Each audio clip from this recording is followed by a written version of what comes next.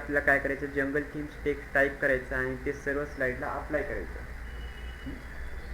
तर त्याच्यासाठी काय करायचं, इन्सर्ट टॅबवर जायचं आणि इथं आल्याच्यानंतर आपल्याला हेडर फुटरमध्ये जायचं आणि इथं आपल्याला काय करायचं आहे, ह्या फुटर टेक्स्टला ऑन करायचं आणि याच्यामध्ये आपल्याला टाईप करायचं जे काय आपल्या जंगल थीम्स टाईप करावं, जे कॅपिटल आहे जसं ठेवलं तर एक चुकलं, कॅपिटल असेल कॅपिटल टाकायचं. त्यानंतर त्याला इथं अप्लाय टू ऑल करायचं, सर्व स्लाईडला अप्लाय झालं का बघायचं, या ठिकाणी आपल्याला दिसेल. दिलेल्या प्रेझेंटेशनमध्ये पहिल्या स्लाईडमध्ये आपल्याला काय करायचं आहे, ओळीतील अंतर आपल्याला 2.5 करायचं आहे. म्हणजे इथं जे आपल्या पहिल्या स्लाईडमध्ये आपल्याला फोटो आणून दिलेला आहे याच्यामध्ये आपल्याला याला सिलेक्ट करायचं आणि त्यानंतर आपल्याला इथं लाईन स्पेसिंगमध्ये जायचं आहे आणि इथून आपल्याला किती करायचं आहे, लाईन स्पेसिंग अंतर 2.5 करायचं. इथे याला क्लिक करायचं 2.5 मध्ये. पुढचा प्रश्न बघा, दिलेल्या प्रेझेंटेशनमध्ये प्रत्येक स्लाईडमधील ॲक्शन बटन नेक्स्ट आणि फॉरवर्ड समाविष्ट करा. म्हणजे आपल्याला काय करायचं, नेक्स्ट फॉरवर्ड ॲक्शन बटन समाविष्ट करायचं प्रत्येक स्लाईडमध्ये. तर पहिल्या स्लाईडला क्लिक करायचं, इन्सर्ट टॅबमध्ये जायचं आणि त्यानंतर काय करायचं, याला सेव्हवर क्लिक करायचं आणि इथं आल्याच्यानंतर काय करायचं, याच्यामध्ये ॲक्शन बटन नेक्स्ट आणि फॉरवर्ड कोणतं आहे बघायचं. इथं दिसते का, इथं ॲक्शन बटन नेक्स्ट फॉरवर्ड, याला क्लिक करायचं आणि याला ड्रॉ करायचं असं आणि याला इथं ओके करा आणि इथं होमवर जा. त्यानंतर याला कॉपी करा आणि ज्या ठिकाणी आपल्याला प्रत्येक स्लाईडमध्ये म्हणलं आहे दुसऱ्या स्लाईडमध्ये क्लिक करायचं आणि याला इथं पेस्ट करायचं. म्हणजे या दोन्ही स्लाईडमध्ये आपल्याला यायला पाहिजे आणि त्यानंतर आता सबमिट करायचं. दिलेल्या प्रेझेंटेशनमध्ये पहिल्या स्लाईडमध्ये continue feature list smart art graphics समाविष्ट करा. म्हणजे त्यामध्ये कंटिन्यू फीचर लिस्ट नावाचे जे स्मार्ट आर्ट आहे ते आपल्याला अप्लाय करायचे आहे. तर त्याच्यासाठी इथं इन्सर्ट टॅबवर जायचं आणि इथं आल्यानंतर काय करायचं, इथं स्मार्ट आर्ट ग्राफिक्स इथं चार्टच्या बाजूला आहे आणि इथून आपल्याला काय करायचं आहे, कंटिन्यू फीचर लिस्टमध्ये.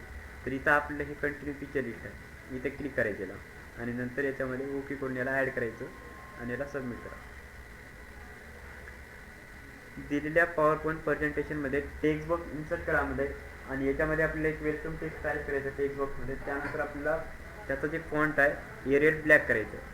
तर काय करायचं, इथं पहिलं इन्सर्ट टॅबवर जायचं आणि एक टेक्स्ट बॉक्स घ्यायचं, याला ड्रॉ करायचं असं केलं का त्याच्यामध्ये वेलकम टेक्स्ट टाईप करायचं. डब्ल्यू आपल्याला कॅपिटल दिलं, कॅपिटल टाईप करायचं आणि कंट्रोल एनं सिलेक्ट करायचं, कारण कंट्रोल ए केले की या बॉक्समध्ये जेवढं काही टेक्स्ट असेल ते सर्व टेक्स्ट सिलेक्ट होते. आणि त्यानंतर आपल्याला आता फॉन्ट जे आपल्याला एरियल ब्लॅकमध्ये, तर इथे क्लिक करायचं आणि इथे एरियल ब्लॅक करायचं. स्पेलिंग वगैरे बरोबर बघायचं स्पेलिंग. दिलेल्या पॉवर पॉईंट प्रेझेंटेशनमध्ये old callout shape insert करा. आपल्याला काय करायचं, त्याच्यामध्ये ओल्ड नावाचं घ्यायचं, ते पण कॉल आउट सेप म्हणून ओल्ड घ्यायचं असेल. त्याच्यासाठी इथं इन्सर्ट टॅबवर जायचं आणि त्यानंतर इथं सेफवर क्लिक करायचं आणि याच्यामध्ये आलं तर इथं आपल्या फक्त हे ओल आहे, की कॉल आउट नावाचं ओल घ्यायचं आहे. तर इथं कॉल आउट नावाचं सेक्शन दिसते का, इथं हे जे सेक्शन आहे याच्यामध्ये बघायचं कॉल आउट सेफ कुठं आहे, हे दिसते का इथं कॉल आउटचं आहे. याच्यामध्ये ओल नावाचं बघायचं, दिसते हे ओल आहे, याला इथं ड्रॉ करायचं असं.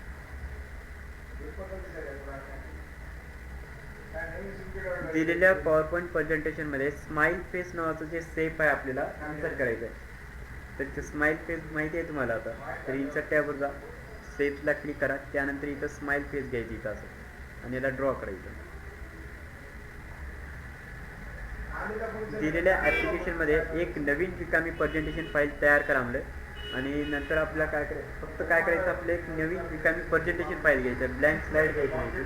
प्रेझेंटेशन फाईल म्हणलं तर काय करायचं, फाईलवर जायचं, त्यानंतर इथं न्यूमध्ये जायचं आणि त्यानंतर आपल्याला काय करायचं, ब्लँक प्रेझेंटेशन याच्यावर क्लिक करायचं. आपल्याला नवीन आपलं प्रेझेंटेशन फाईल जे येईल इथं. स्लाईड 1 वरील लिस्टला बुलेट स्टाईल अप्लाय करा. आपल्याला काय करायचं, स्लाईड 1 मधील जे टेक्स्ट आहे त्याला बुलेट स्टाईल द्यायचं इथं. तर याला सिलेक्ट करायचं आणि हे टेक्स्ट सिलेक्ट केल्यानंतर याला काय करायचं, इथं बुलेट स्टाईलमध्ये जायचं आणि त्याला जे आपल्या प्रत्येक स्लाईडला बुलेट स्टाईल द्यायचं असं.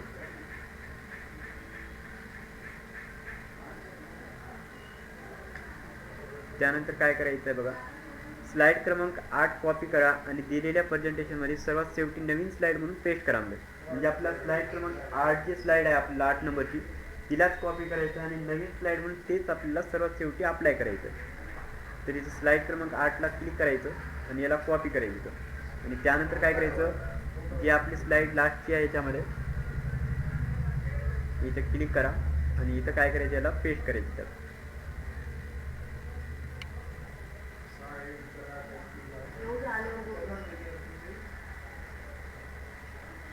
स्लाइड क्रमांक 2 मधील जे इमेज आहे आपल्याला म्हणजे या स्लाइड क्रमांक दुसऱ्या स्लाइड